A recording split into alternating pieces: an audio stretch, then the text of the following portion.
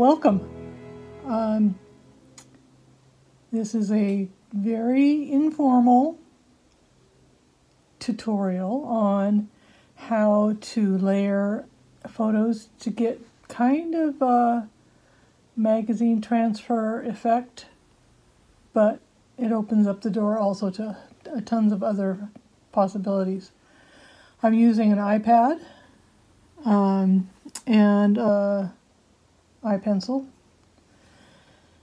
and Procreate. When I first started combining digital with my gel printing, it was about 7 years ago, and all I had was a Kindle and the free app called Autodesk Sketchbook Pro, which worked great and I loved it, but my Kindle was small and it didn't have a lot of storage space, and I decided I would upgrade to an iPad, and I could still use Sketchbook on it, but I at some point decided I wanted to take a step up and see if I could do something that was a little more intentional as far as the art world, digital art world, and Procreate was highly recommended. The downside of Procreate is that it's only available on iPads or the mini for the iPhones. So if you're not, if you don't have the equipment for an iPad, then that's a downside. But Autodesk Sketchbook is still a great option for everybody else that doesn't have iPads. And like I said, I really liked it and it worked well, but there were some things that I couldn't do on that I can do in Procreate. So, okay, let's get into it. First thing you want to think about is your end product, what you're really hoping for. Is this something that you just are playing with? Then when you select a canvas, it doesn't matter too much as far as the size goes. But if you're hoping to be able to print this out for something that's frameable at some point, then you'll need to think about how big it is. But for today's purpose, I'm not going to talk about all that because I don't really understand it all that well. It's something to do with pixels and stuff. So I'm just going to start with a basic small size. And I'm going to, since we're doing this, I'm going to do portrait, which is going to be vertical up and down like that. Now I've already selected a picture that I want to use. And the way you insert that is you can insert a photo that you have in your phone or your iPad already stored in there. It brings up all my pictures in here. And this is the one I used for the gel print. It's going to take a second to download that. And it will.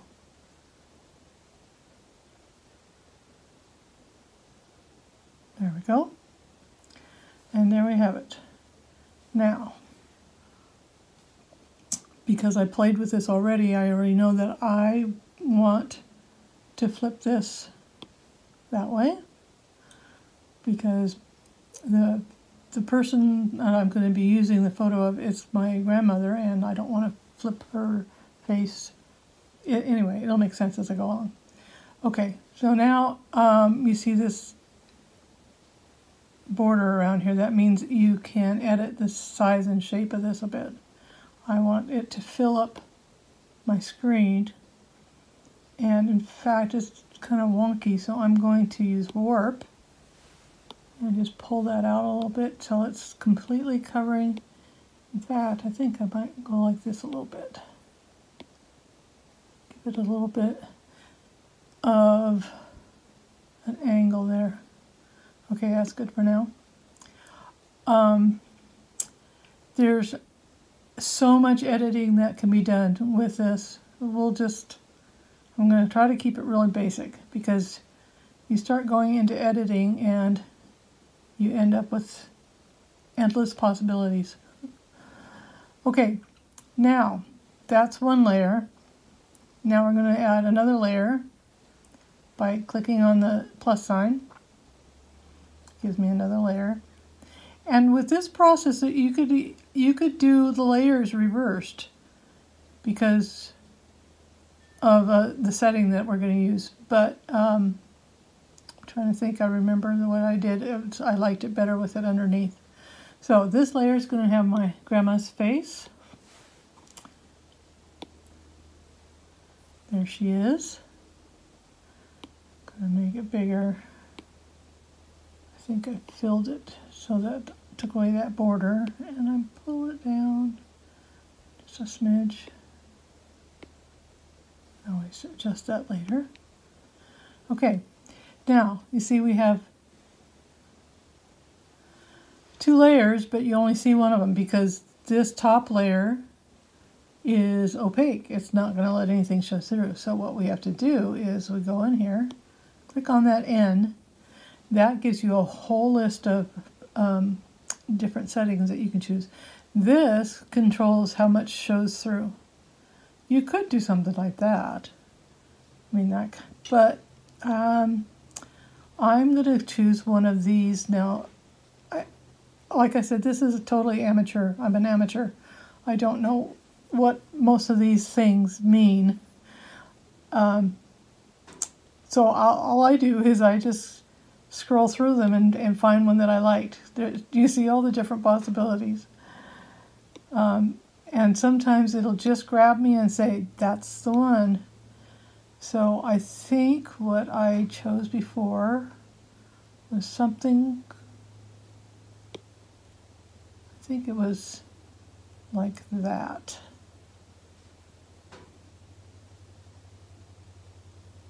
And then, no, I didn't turn that one down.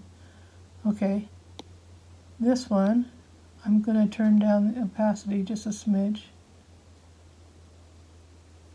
I also noticed that I don't really like how dark it is right here on her face. So what I'm going to turn this one off, and then I'm going to work. The blue one shows you which one you're working on. If I was doing that one, I'd be working on that layer. But I want to work on this layer because I want to minimize some of this distraction that's there. So this has a great little tool. This has all sorts of little tools up in here for changing all sorts of things. I'm going to go down here to clone. And what that lets me do, here's my brushes. I'm going to use a pencil brush. Lets me draw with that. But what's ever in this circle is what's going to be drawn over here.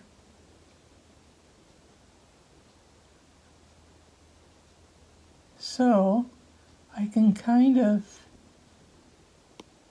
it just copies the stuff that's on the screen to another spot. And this is just a little bit of trial and error. I think I want to go a little bit more over here too. To clone.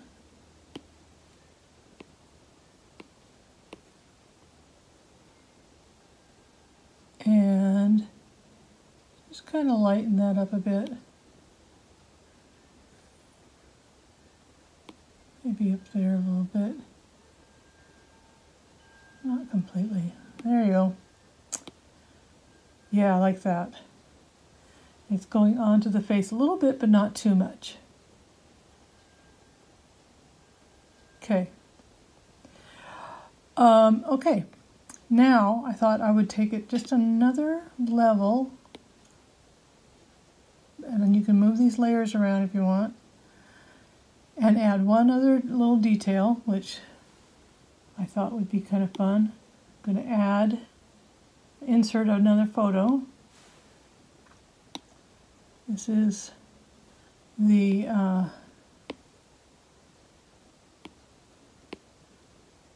information from memorial service. Let's see. I need to rotate that just ever so slightly because it's a little crooked. Not that it's going to matter. Okay. Now, again, we have, it's opaque, so we got to let that show through somehow. And I think it was the same one, multiply, kind of like that. And I thought it would be better if it was more over to the side. And I would like to, these are my erasers right up here. I'm going to erase that with a brush that just will fade it out right there on her face a bit.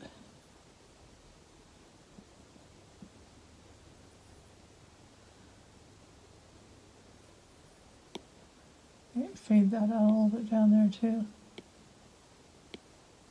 Doesn't totally eliminate it. Like I said, this can take you hours if you want to just try every single possibility. But there you have it. That is catching my eye. I'm not sure, it looks kind of like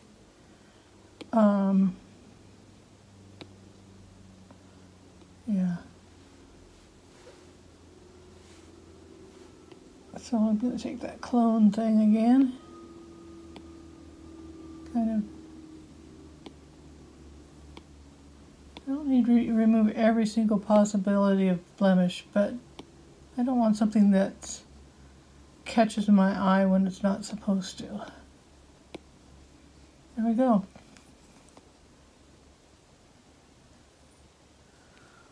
I like that.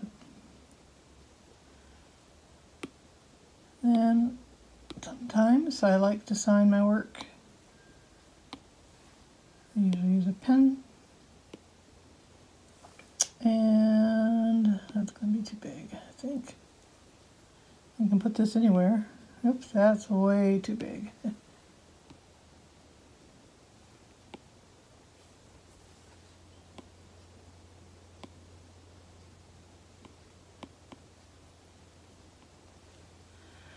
Okay, I'm going to put that down in the corner. Shrink it down because I don't want the signature to be super noticeable. I'm going to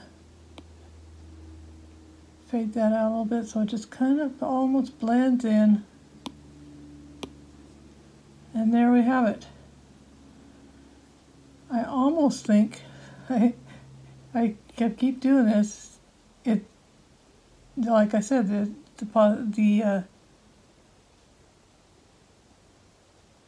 that's too dark. The editing possibilities are endless. There we go. I still want to be able to see the dates right there and her name, but I just like it a little bit more matching to the intensity of the background. Oh, I know what I didn't do with her picture this time, what I did last time. Here's another little trick, is that if you want just one layer to show, hold it like that. There we go.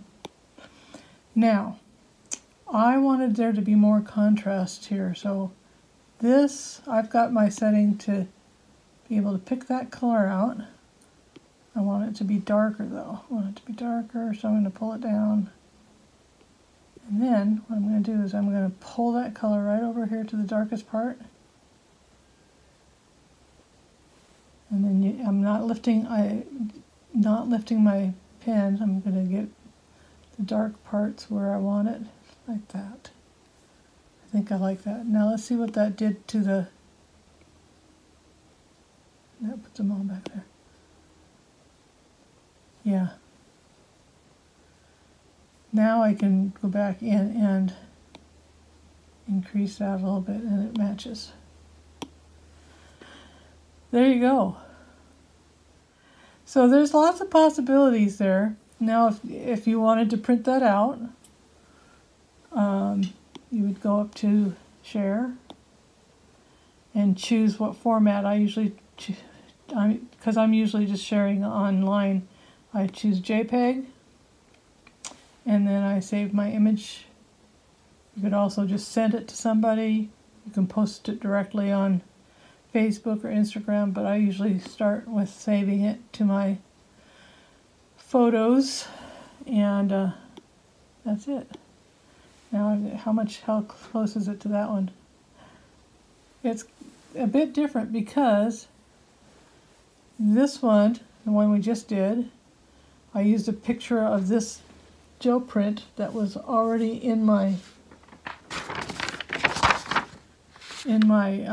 photos. I had taken a picture of it a long time ago, and but when I was playing around with it earlier, this is the same print, but I had taken it in the picture in different lights directly from this in the app. So it came out a little different, but I like either one of them. I'm not sure which I like best. If you have questions about the process, go ahead and put them in the comments below. A thumbs up would be great if you like this. If not, oh well. There's lots of other stuff you could be watching, I guess. I will sign off for now.